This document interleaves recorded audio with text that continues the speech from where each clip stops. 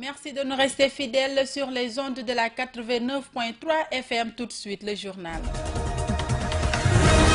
La sécurité publique menacée par l'impossible mariage entre l'eau et l'électricité à Ziguinchor. L'hivernage qui vient de s'installer expose davantage les populations aux dangers liés aux branchements sauvages et aux câbles défectueux. Vous aurez dans ce journal les détails avec Mohamedou Salif Ndiaye.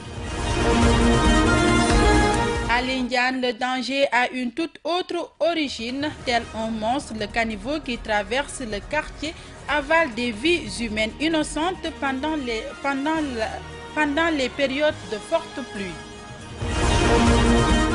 L'actualité internationale et la revue de la presse mettront fin à ce journal. Le développement, c'est dans une poignée de secondes.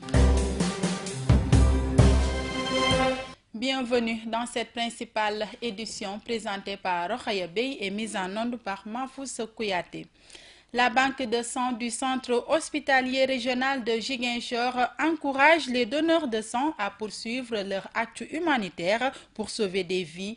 Un appel qui a reçu l'adhésion d'une population venue en masse participer ce samedi à un exercice de don de ce liquide pas comme les autres. Eva Sagna. Encourager les jeunes à donner de leur sang, assurer un approvisionnement suffisant et parvenir à l'autosuffisance au niveau régional et national. Telles sont les ambitions de la banque de sang de l'hôpital régional de Ziguinchor, qui, en marge de la randonnée pédestre organisée le dimanche 6 août, a encore convié ce matin les populations à donner de leur sang. L'importance de donner son sang, c'est pour pouvoir sauver au minimum une vie. En plus de cela, vous allez connaître votre groupe sanguin, vous allez connaître votre statut sérologique. On va vous faire un dépistage du VIH, de l'hépatite B, de l'hépatite C et de la syphilis, pour la plupart qui sont des maladies sexuellement transmissibles. Dans nos banques de sang, on n'a pratiquement pas de sang. C'est désolant et les chiffres sont alarmants parce qu'en moyenne, chaque année, normalement, il faut 5000 postes pour pouvoir satisfaire la population de Ziguinchor. Et malheureusement, on a un maximum l'année 2000, même pas la moitié donc de ce qu'on a besoin pour pouvoir transfuser. Donner de son sang n'est pas un geste anodin. Il consiste à prélever une partie de son sang ou de ses produits comme les plaquettes. Ce sang est enfin utilisé dans les transfusions médicales dans le seul but de sauver des vies. Un acte humanitaire bien compris par Ibrahim Koli, donneur de sang. J'ai déjà ma carte de donneur. Je suis du groupe O+. Le plus souvent, il manque du sang. Voilà, il y a un manque de sang au sein de l'hôpital. Donc, c'est le sentiment qui m'a motivé aujourd'hui. Parce qu'à chaque fois, quand j'entends une femme qui a perdu la vie parce qu'elle essaie de donner la vie à un enfant, j'ai le cœur qui me fait mal. C'est pour ça, chaque 3 mois, j'ai pris la décision de venir ici à l'hôpital et donner un peu de mon sang. Comme ça, peut-être, chaque 3 mois, j'ai la chance de sauver une vie. Donner du sang, c'est donner du sens à la vie, d'où la pertinence de ce geste. Je vous le disais dans les titres, électricité et eau ne font pas bon ménage. Ainsi, le risque d'électrocution est élevé en cette période d'hivernage à Ziguinchor, région à forte pluviométrie. Ce danger est le plus souvent causé par les poteaux électriques tombés et autres câbles à même le sol. Mohamedou Salif Ndiaye a fait le tour de la ville pour constater ces infrastructures défaillantes et dangereuses. L'électricité est un produit essentiel essentiel dans le développement d'un pays et le bien-être des citoyens. Les populations ont donc tendance à beaucoup se préoccuper de son accès, oubliant très souvent les risques qui sont inhérents à son utilisation. Toutefois, le danger est plus qu'imminent en cette période d'hivernage, du fait des mauvaises installations et autres câbles qui traînent à même le sol. Pour s'en rendre compte, il suffit de faire un tour dans les artères de la ville de Ziguinchor. Des poteaux courbés, le plus souvent percutés par des véhicules, laissant apparaître des câbles qui, au contact avec les eaux ruisselantes, constituent un danger permanent, surtout pour les enfants. Cette calamité continue de faire son lot de victimes à chaque hivernage. Ajoutez à cela le retard de la Sénélec dans la prise en charge de ces infrastructures défaillantes constitue un véritable problème. En plus, avec l'accoutumance, on oublie certains gestes de précaution, d'où l'importance de redoubler de vigilance et de miser davantage sur la sensibilisation.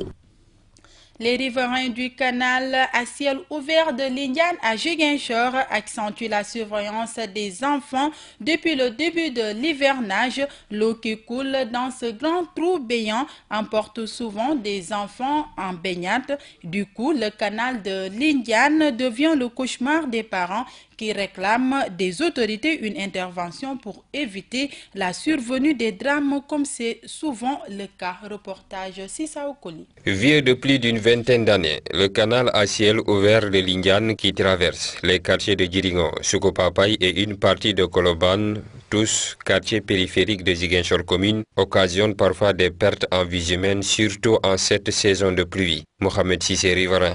Pendant la saison des pluies, on a peur, nos enfants ont l'habitude de se baigner. Et je retiens 2 cas de noyade. Il y a 2 ans derrière, il y a 2 cas de noyade. Donc quand il pleut, on a peur à cause de nos enfants. La majeure partie de ces victimes étant des enfants, les mères de famille augmentent la surveillance en cette période. On est obligé de sécuriser les enfants en cas de pluie. L'eau du canal déborde parfois et inonde les cours de nos maisons. Beaucoup d'enfants se sont noyés ici et depuis lors, on a augmenté la vigilance. Impossible de vaquer à ces préoccupations, faute d'issue de sortie, nous dit ici Fatou Sabali. Aller vaquer à ces occupations est impossible en cas de pluie, car toutes les issues sont bloquées. Ne savant plus à quel saint se vouer, les riverains de ce trou, pour ne pas dire canal à ciel ouvert qui mesure plusieurs mètres de profondeur, interpellent les autorités locales, l'État et les bonnes volontés avant que d'autres jeunes gens n'y laissent leur vie. L'érection d'un commissariat à Bignona suscite des réactions positives dans la capitale du Fogny. La dernière en date est celle du maire en personne. Mamadou Lamine Keita s'est joint au concert d'approbation de ce projet qui va certainement renforcer la sécurité dans sa commune. Il est au micro de notre correspondant à Bignona, Lamine Badiane. Je dois peut-être rappeler que c'est une vieille demande que nous avons formulée auprès des autorités du ministère de l'Intérieur et au nom des populations du département de Bignona et en particulier de la commune pour que notre localité soit dotée d'un commissariat. De la même façon que nous nous étions battus, nous nous sommes engagés, nous avons mené la bataille pour que Bignona soit doté d'une brigade de sapeurs-pompiers. Par la grâce de Dieu, aujourd'hui, les sapeurs-pompiers sont là pour des raisons de renforcement de la sécurité des personnes, des biens, mais également pour faciliter l'obtention de certains documents administratifs délivrés par la police aux populations, que Bignona soit doté d'un commissariat de police. Nous nous réjouissons aujourd'hui de constater que tout cela est devenu une réalité. Vous savez, au niveau de Bignona, nous avons une brigade de gendarmerie. Mais souvent, nous nous sommes plaints de l'effectif pas assez important de gendarmes au niveau de cette brigade. Donc, Bignona a besoin d'un commissariat parce que la taille de la commune aujourd'hui rend nécessaire l'implantation d'un commissariat. Ce que vient de nous offrir la compagnie nationale Air Algérie en Bretagne dans le nord de la France est plus qu'incroyable. En plein vol, l'avion en question vidage à 10 000 mètres d'altitude par erreur ses toilettes au-dessus d'un champ transformé en un gigantesque festival faisant 25 blessés, un fait qui a provoqué l'arrestation du commandant de bord et de son équipage, nous dit Cheikh Tidiane Cissé. Incroyable mais vrai. En plein vol, un avion d'Air Algérie vidange par erreur ses toilettes au-dessus d'un festival. Faut-il en rire, s'en étonner ou s'en offusquer?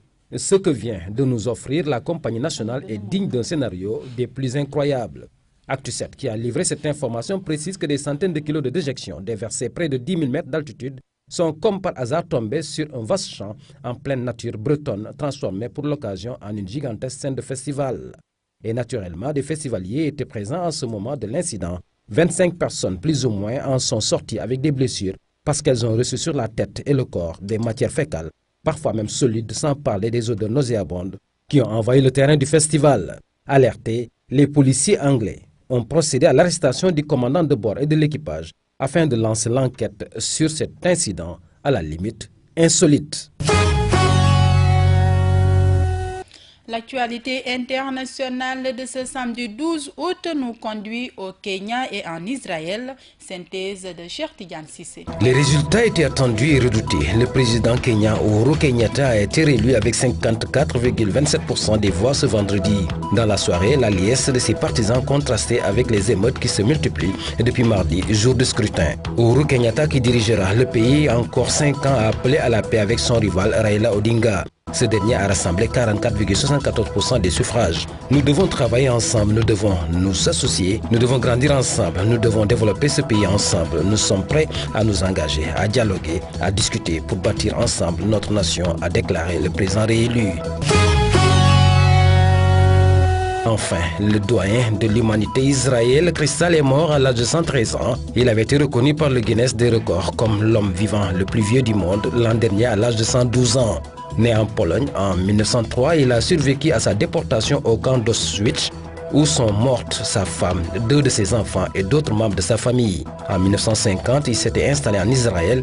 C'est là qu'il s'est éteint ce vendredi dans la ville portuaire d'Haïfa, à un mois de son 114e anniversaire.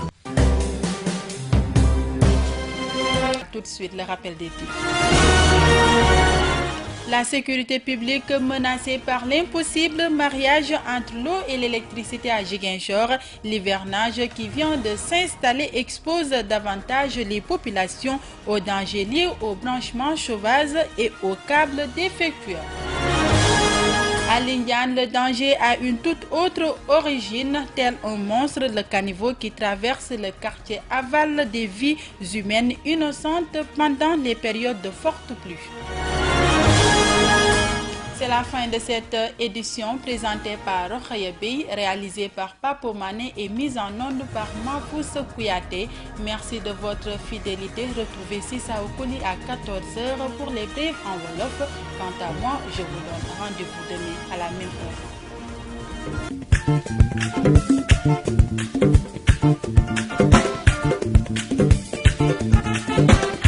heure.